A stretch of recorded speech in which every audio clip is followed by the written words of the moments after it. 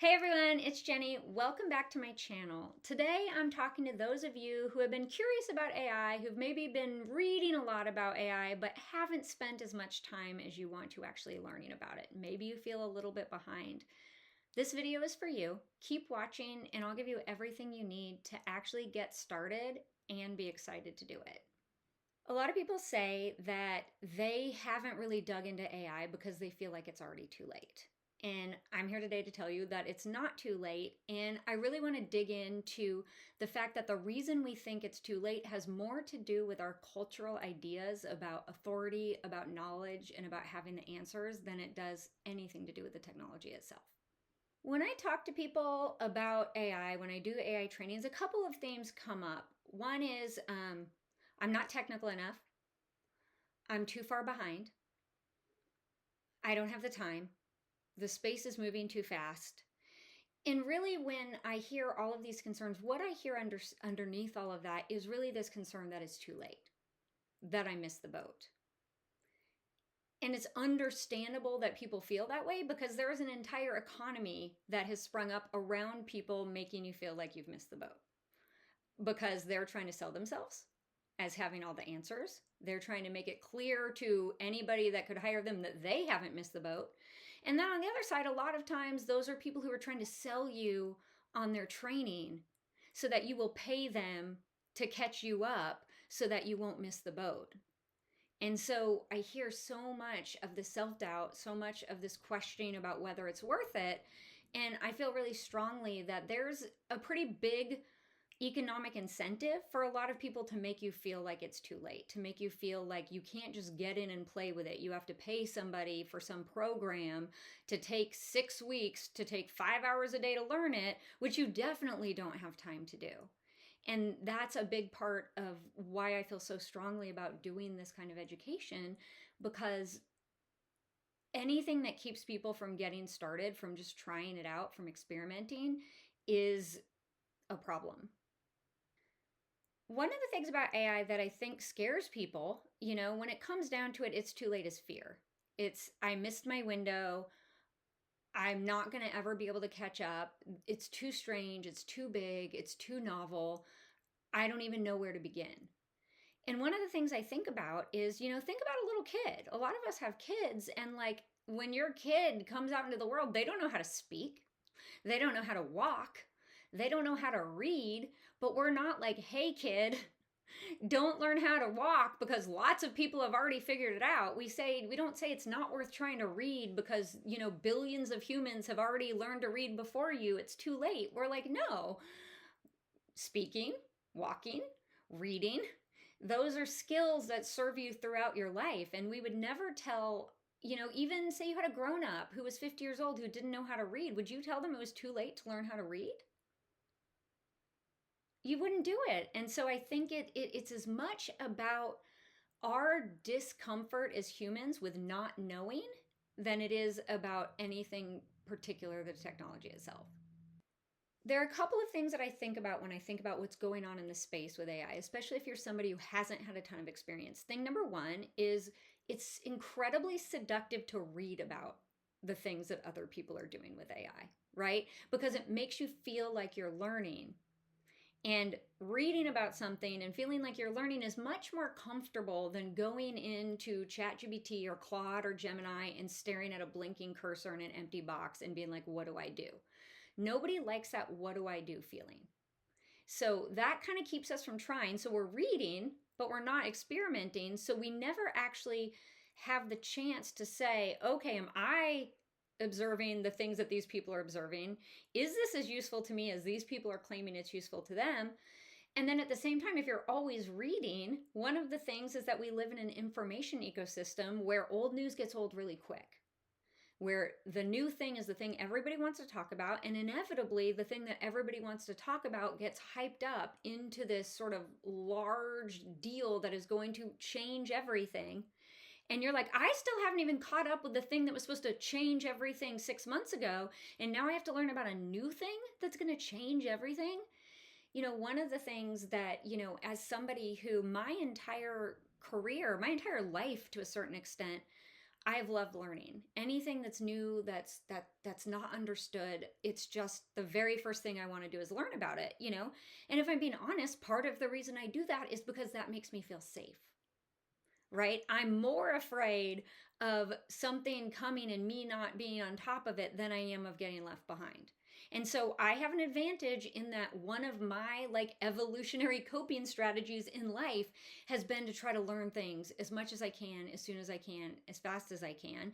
And in my career, you know, in 20 years of working in advertising, which is an industry that's obsessed with what's next, that, you know, my status as the person who always knew about the new thing before anybody else, like that kept me really safe. That made me feel safe.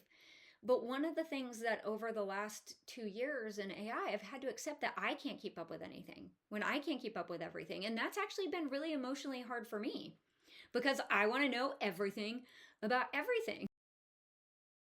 I recognize like this is what it feels like to be in a huge moment of technological acceleration. No individual human is going to be able to keep up with everything. You know, so at the beginning of 2023, like I made a really hard choice. When I first got deep into AI, I got deep into the image generation side of things. And then I started spending more time with large language models as ChatGPT came out and as it evolved. And for a long time, I tried to do both. I tried to be an expert on large language models, on reasoning, on agentic architecture, and I tried to be an expert on what was going on with diffusion models, text to image, text to video, text to animation, like 3D rendering, all of that stuff. And I came to realize I could not. And it was hard. Like, I'm not going to lie, it was hard because I want to know everything. And I kind of had to realize, well, what do I actually care about? What wakes me up in the morning? What gets me excited? And what I came to realize was that even when I was working in like text to video, text to image generation pipelines, what I was often doing was I wasn't trying to make pictures of things. I was taking phrases. I was taking words that weren't necessarily like subjects and saying, what is this phrase? What is the image that's hiding inside of this phrase? So I kind of came to realize that even when I was working in the image generation side of things, I was still playing with language. And so I said, Jenny, you've been a writer your entire life. You love writing. You love words. You love to talk. That's where you should spend your energy. So the thing that I would say is if you're feeling overwhelmed by the sheer volume of stuff, just start with what interests you. Not because you think you have to know it, not because that's the thing that's in the news. You know, one of the things that a lot of people have gotten very into is text to speech, talking to large language models over voice. One of the things I discovered really early is I was like, that's not for me. I don't like it. I don't feel comfortable because I know that this model is able to parse things from the tenor of my voice that are far beyond my own ability. And I know that I could then ask it what it pulled out from the tenor of my voice to understand. But for me, that was a bridge that wasn't comfortable for me. And I had a little moment where I'm like, oh, how can I be an AI expert if I'm not really expert on how to use voice models? And I'm like, you know what? There are going to be lots of people who live, eat, breathe, and sleep that. I don't have to do that. I can focus on what I'm great at, what I care about, and what adds the most value to my life, because there are probably a lot of other people who care about those things too.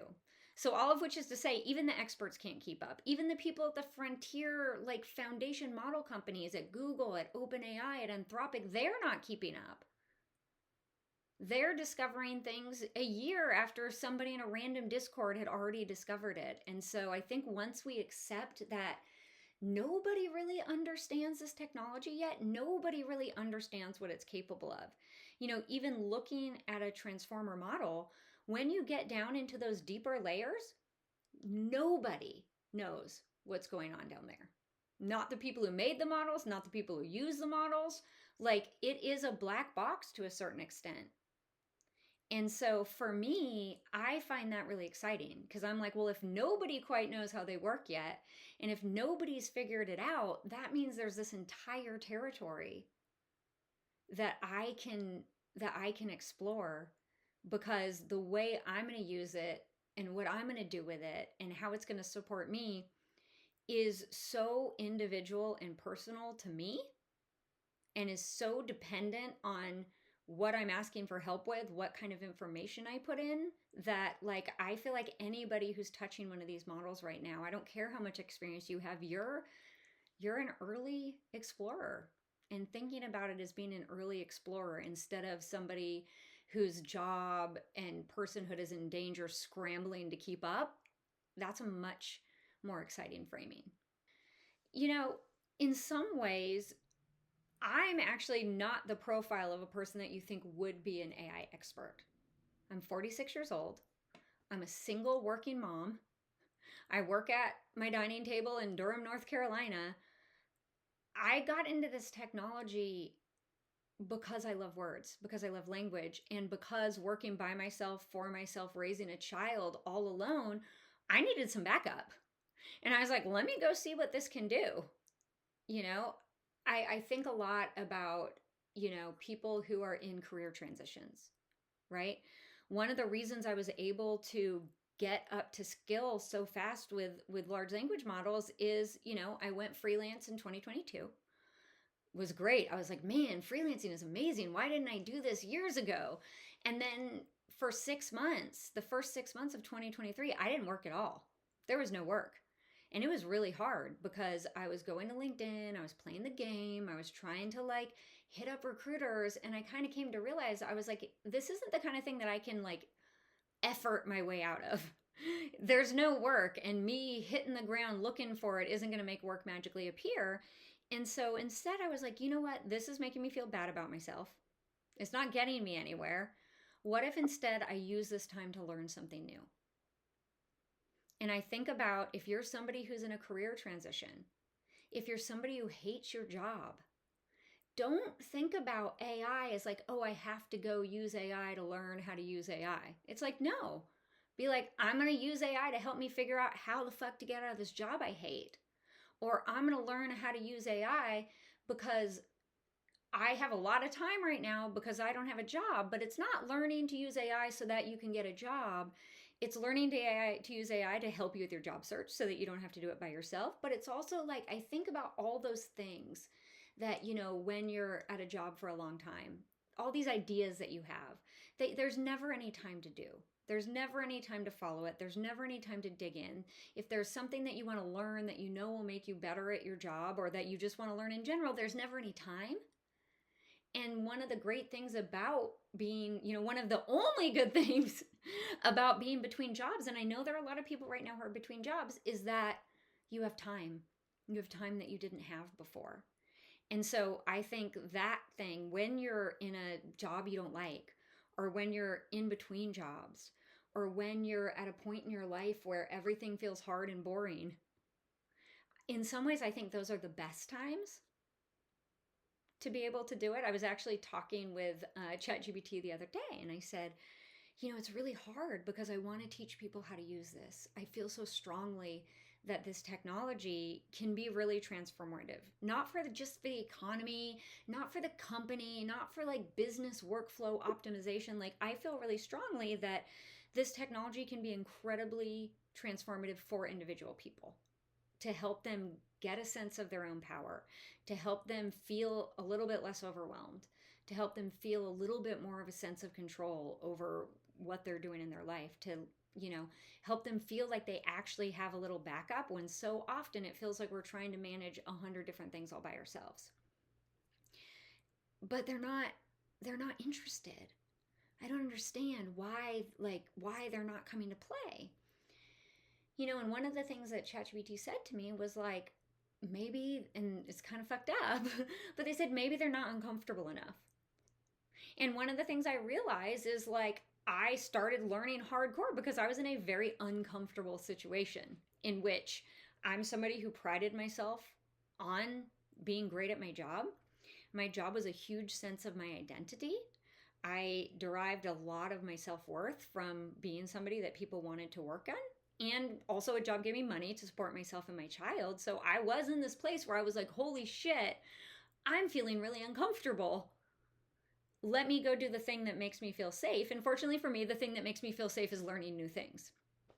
And I guess what I'm hoping is, when I hear I'm too busy, I don't have time, I'm not technical enough, I'm too far behind, what I kind of hear is it's like the cost benefit analysis isn't there. It's, there are things I don't like, there are things that could work better, but it's working well enough. And I guess the challenge that I would give to everybody is, do you want to wait until things are real uncomfortable? Until you're forced to learn this, not because you want to, not because you can, but because you have to? Like, that's not a world that I want to live in. I would much rather, learn to read at 6 than learn to read at 60. And I'm not saying that a 6-year-old is better at AI than a 6-year-old. I'm saying that right now, in this space, with this technology, in this moment, we're all kind of still in kindergarten, regardless of how good some people are at telling you that they're at a PhD level with it. Like, the technology is still in kindergarten, so there's not really a behind to be behind on. Because part of what I think happens is we have, as a culture, become so invested in knowing how to do something, in being right, in not looking stupid, that we don't even let ourselves try because we're so afraid that we won't know what we're doing. It kind of reminds me of, I don't know if you remember, like, I think it was Jimmy Kimmel used to do this series where they would go to Coachella and they would ask people about bands, but the band names were completely invented. And then the people would act like they'd totally like heard of that band and loved that band, because, like, God forbid we say, I don't know, I've never heard of that band.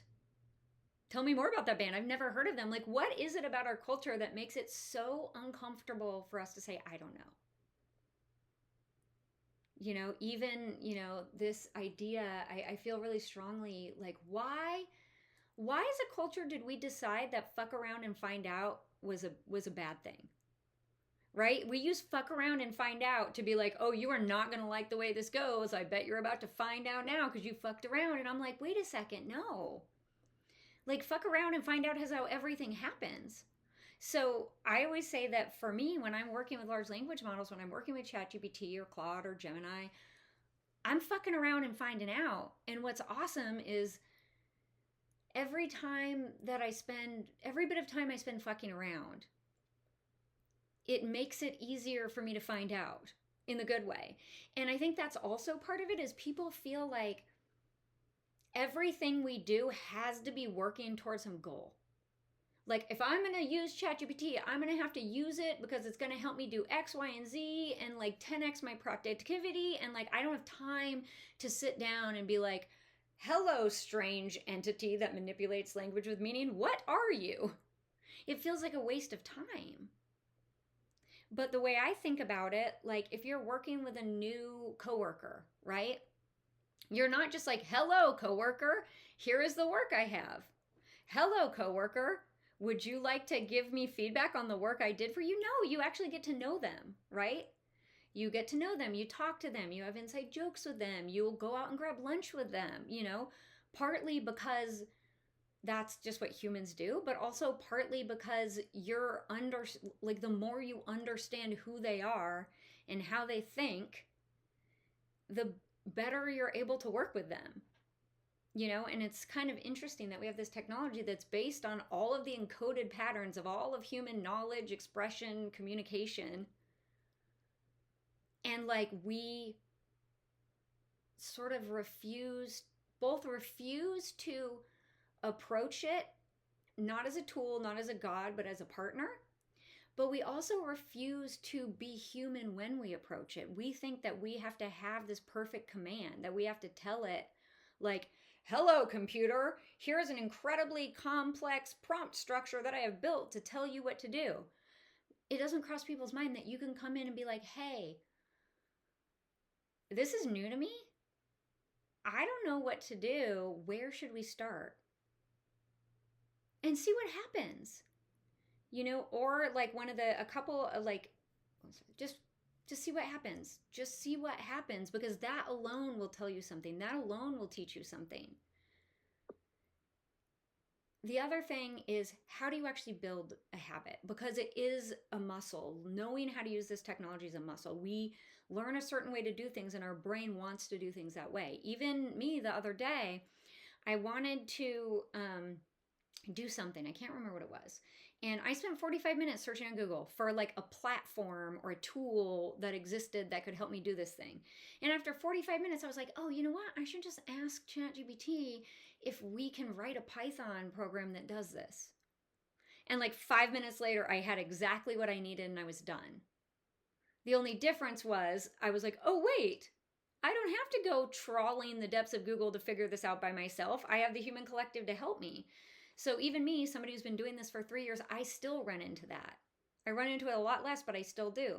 So one of the things I tell people is you just have to build the practice of using it. So for 1 week or even for 1 day, everything that you would do on your computer, work or otherwise, just start it in ChatGPT. I always say if your new tab setting is that when you open a new tab, it pops up Google, change it so a new tab pops up ChatGPT. And you don't have to start by knowing what you're going to do. You don't have to start by knowing what you want it to do for you. You have to start by knowing what you need to do. You know, one of my favorite things is take your to-do list and start with the things that you really don't want to do. You know, you can be like, hey, here are 3 things that I've been putting off. How can you help me get these things done? Like, what can you help me get done? How can you help me? And then I also like to add like bonus points if you can make it fun. And it will tell you how it can help you. And you can decide for yourself if that kind of help is helpful or not. And if it helps you, you can be like, okay, well, you think you can help me at this whole task, but it turns out you can't help me at this whole task. But you can say, hey, that wasn't right. I'm wondering if maybe you can help me with one specific part of this thing, because it seems like trying to get you to help me with the whole task is maybe a little bit too much for both of us, but what if you could help me with this one thing? Or often what ends up happening is most of the things that are on my to-do list that I have been putting off aren't knowledge tasks, they're communication tasks. It's like, call this person. God, I will have called this person on my to-do list for like 3 months. And some of the help I end up getting is helping me understand why it's so hard for me to call this person. And it gives me a little challenge. It's like, set a timer for 5 minutes and give yourself within that 5 minutes, you have to pick up that phone. Like, it actually starts to give me helpful tips that help me better move through the real world. And so I think one of the things that kind of gets people into this place where they think they're too far behind is that they haven't had a chance to even understand how this technology can actually help them and support them. Because when you're just reading about what other people are doing, you're just learning what other people are doing.